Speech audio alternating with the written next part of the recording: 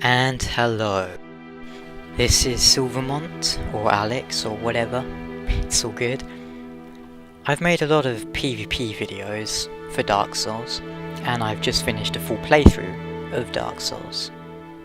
And so what does that leave after PvP and PvE? Well, I'd say that leaves the lore, which is something I've not really touched upon yet in any of my videos.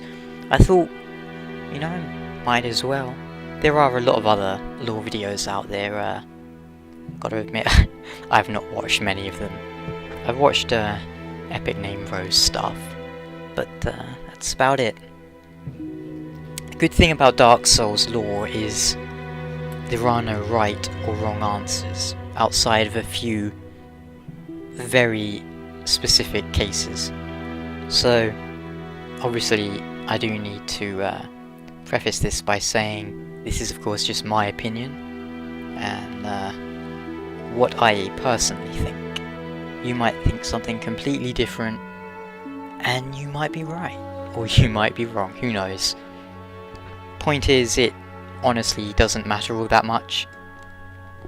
It's all good. So in this series I'll be giving my personal take on some Dark Souls lore concerning my favourite characters and some fan favourite characters. And a good story gets you thinking for yourself, which is something Dark Souls does quite well, in my opinion. So, let's start with the obvious choice. The fan favourite. Perhaps an even more recognisable face, so to speak, than the Elite Knight armour. You might not be wrong in calling him the face of Dark Souls, but of course, you only see his face once, and that isn't something any fan of his wants to see, for reasons many of us know all too well. But what do we really know about this warrior of sunlight? We first encounter Solaire early in the game, but unused or cut dialogue present in the game file suggests that we were in fact supposed to encounter him even earlier, as early as the Undead Asylum. Here's a quote of some unused dialogue. "The way I see it, our fates appear to be intertwined. Both undead, both imprisoned in the asylum, and now we both end up here, in a land brimming with hollows. Could that really be mere chance? I hardly think so." Of course, this doesn't mean you were planned to meet him in the asylum, but it could imply such, otherwise he would be assuming that all undead he happens to meet would have escaped from the asylum. In the game as is, we are not given the impression that he has ever frequented the asylum, but instead made his own pilgrimage from, presumably, Astora.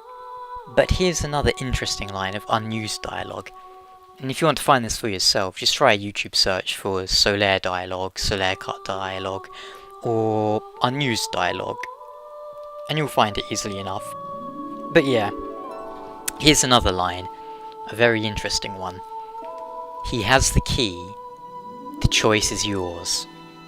Now, I'm not sure if that's two separate lines, "he has the key" and "the choice is yours," or one sentence, but I'm going to assume the latter, that it is one sentence. And what a short yet interesting line of dialogue. Who has the key, and what key? Is Solaire talking to us, or referring to us? Or is he talking to somebody else?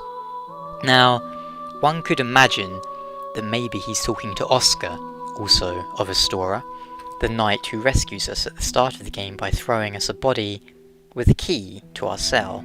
Is it possible that Oscar and Solaire knew each other?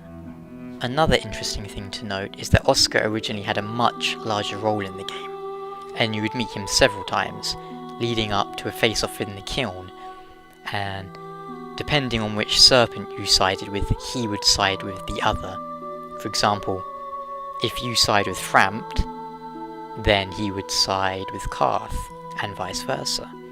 Maybe this was cut in favour of Solaire-biased emphasis. Who knows?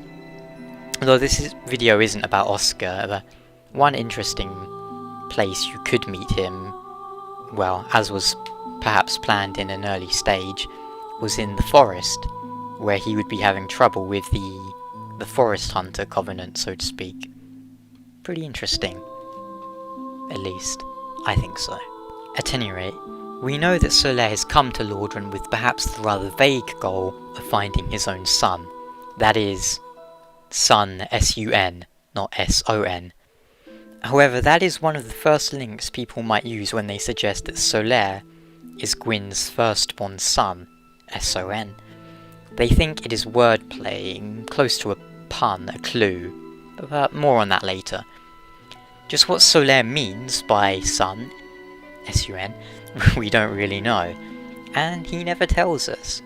It is of course possible that he's rather insane and using this obsessive determination to keep himself from going hollow. I've mentioned it in other videos, but it's interesting to note how only the undead characters in the game have a strange habit of laughing near constantly. When people are nervous, they have a habit of laughing to try and calm themselves down and alleviate stress, etc. From Siegmeyer to Solaire, a huge number of undead NPCs share the habit of laughing in a rather strange manner, in the sort of situation where you wouldn't generally laugh. And a large part of that is likely thanks to From, the developer, sense of humour, and there are some NPCs who do spoil the theory. Griggs and Laurentius, the sorcery and pyromancer trainer respectively, don't seem to have the odd laughing habit. Both are presumably undead, but I'm not 100% on that. I do believe Laurentius can go hollow, but I'm not sure about Griggs. I don't think he can, but he's not really that important anyway. Sieglind and Fatty, and when I say Fatty I mean Petrus of Thoroland. Those two are human, and Fatty gives a few evil chuckles related to Rhea's ultimate fate. Rhea being the, what would you call her, the cleric who appears in Firelink's shrine with Vince and Nico. Solaire and Siegmeyer may share a jovial front that masks some deeper, darker determination, but where the two differ is that Solaire has a rigidly defined, yet perhaps ultimately fruitless, goal in seeking his own son.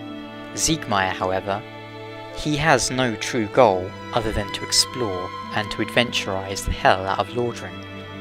And yes, I just made up a word, adventurize. Solaire becomes depressed later on when his quest is starting to prove fruitless, and that is always a dangerous sign, one that leads to hollowing. When one loses their motivation and their willpower, they seem to hollow much faster. It would be interesting to see what Solaire thinks of the other NPCs in the game. Whenever we meet him, he is isolated. He never shows up at Firelink's shrine, which is, I believe, quite interesting and could have some deeper implications. One can't but think he would get along amazingly with Siegmeyer. No doubt he would try and befriend Lautrec, oblivious to the Knight of Kareem's rather chilly demeanour. But then again, if Solaire was at Firelink's shrine, he probably would stop Lautrec from killing the Firekeeper. And who would win if the two fought? I mean, they're both pretty tough, but, you know, I think I have to give the edge to Solaire. For, well, he's Solaire, and that's all you need to know, really. Nobody else even mentions that Lautrec kills the Firekeeper, which is interesting. And, spoilers, I guess, but who cares about spoilers? Surely everyone's seen all that stuff by now. But the big question, is Solaire the god of war? Is Solaire Gwyn's firstborn, the shamed god? There are arguments for both sides. Let's look at both and you can make up your own mind, as we don't know the answer either way. And that, of course, is a good thing. To back up the cause, Solaire is searching for his own son. Gwyn is the Lord of Sunlight, and this theory would make Solaire Gwyn's son. Solaire is part of the Warriors of Sunlight Covenant, founded, or at least in honour of, Gwyn's firstborn. What else do we know of Gwyn's firstborn? Not too much. We know that he wielded the Sunlight Blade Miracle. Miracle wielded by Lord Gwyn's firstborn. When the eldest son was stripped of his deific status, he left this on his father's coffin, perhaps as a final farewell. Solaire can't use this miracle. Well, it's possible he could use it, as I'm not sure what his faith stat is, but he doesn't use it. He doesn't appear to have it. He can use lightning spears, a miracle very much associated with Gwyn. That is what Gwyn used to fight the dragons, his sunlight spears. There's also the ring of the sun's firstborn, which I believe you can find in the catacombs. No, that's not it. The ring of the first sunborn you find on a corpse outside by the invisible fake wall thing that leads to the Dark Moon Covenant place, and where Gwendolyn is. Oh, I really screwed that sentence up. Anyway, the description of this ring, which boosts the power of your miracles, is as follows. Lord Gwyn's firstborn, who inherited the sunlight, once wore this ancient ring. Boosts the strength of miracles. Lord Gwyn's firstborn was a god of war, but his foolishness led to a loss of the annals and rescinding of his deific status. Today, even his name is not known. Perhaps this is the strongest link between the two. He inherited the sunlight and then lost his status as a god, and Solaire is looking for his own son. It's a good link, it must be said. And what about the loss of the annals? That is quite an interesting sentence, and it could be... You can take that in several different ways. His foolishness led to a loss of the annals. Does that mean he was in some way in charge of the annals and he actually lost them somehow? Like he was walking along and then he dropped them? Or does it mean his foolishness led to him being struck from the annals? It's quite vague, but who knows? It's just another thing to think about. What about the evidence against? First up, you only need to read any of the item descriptions of Solaire's armor set. They most all mention that Solaire's armor has no real magic to it, and that he is essentially 100% skill and prowess. They make it apparent that he is quite normal, just a man. We can't forget that the fact that he is a human, more or less. Even if he was once a god, did losing his powers shrink him down to a human-sized figure? Because Gwyn, even though he is hollow, in a sense, when you fight him, is larger than you, the player character, and still wields tremendous power. This is a weakened Gwyn, from the Lord of Sunlight to the Lord of Cinder. No more sunlight spears. This is the Gwyn who has divided his power numerous times, and what remains has been eroded over who knows how many years. And he's still impressive. Well, he kicked my ass all over the place in the final part of my playthrough, which was a little bit embarrassing. Solaire, he's just human. But maybe losing his deific status did turn him into a literal human, and, he was basically blew up and woke up somewhere else as a human and remembered nothing. There are good arguments either way. In the end, you have to decide for yourself. Personally, I don't think Solaire is Gwyn's firstborn. I think that would be Andre, the blacksmith, who certainly resembles Gwyn, if nothing else. It's the beard. To be honest, it's the beard. Another thing some people think.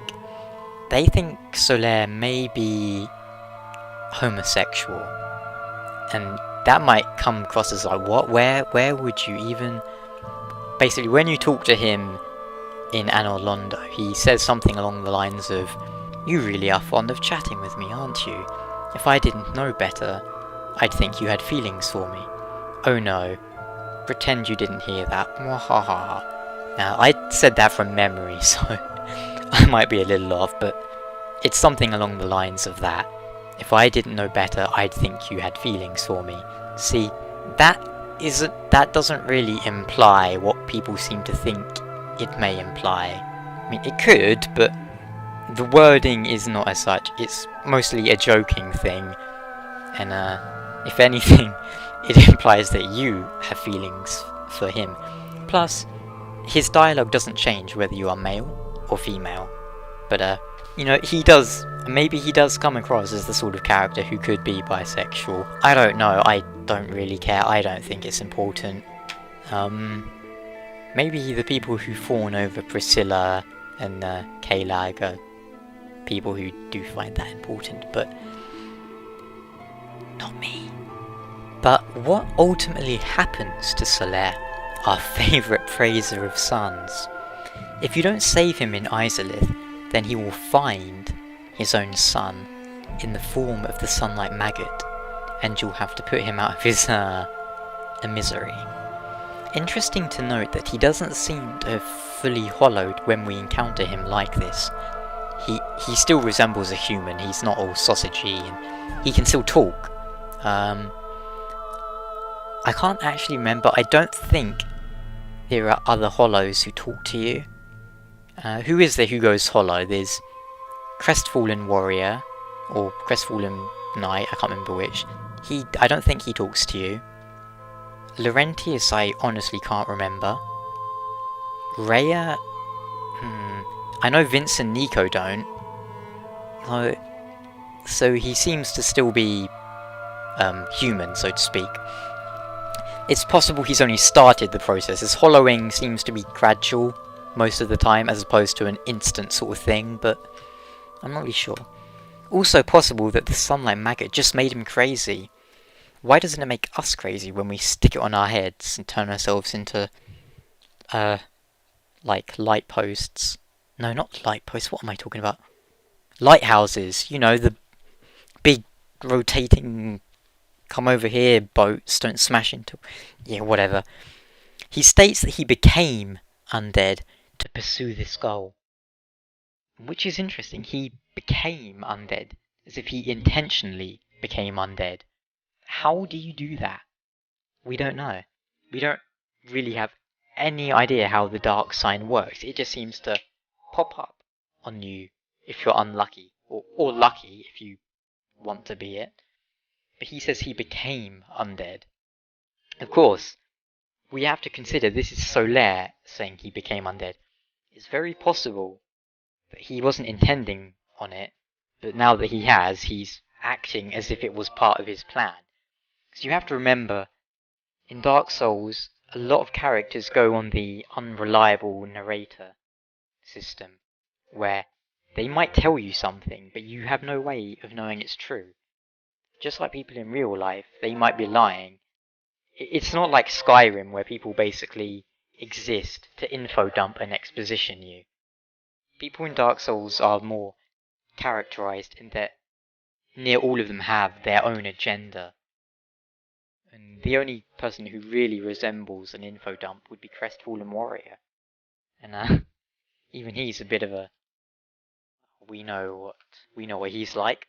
If you save Solaire in Lost Izalith and speak to him after saving him, you can then summon him in the fight against Gwyn.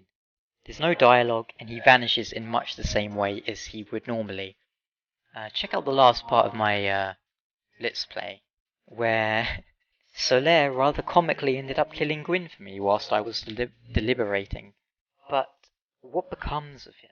Well, he likely returns to his own world and then fights Gwyn there. Now, he might have already... No. See, normally we could assume that he's already defeated Gwyn and then put his sign down, so to speak, but that's probably unlikely because you can't do it yourself. Once you kill Gwyn, you can't exit that place. The game's over, so let's go ahead and assume it's the same for Solaire. So, after he defeats Gwyn, assuming he does, maybe our sunlight knight links the fires, and in Burning Bright finds his own sun, and fulfills his desire to be so grossly incandescent.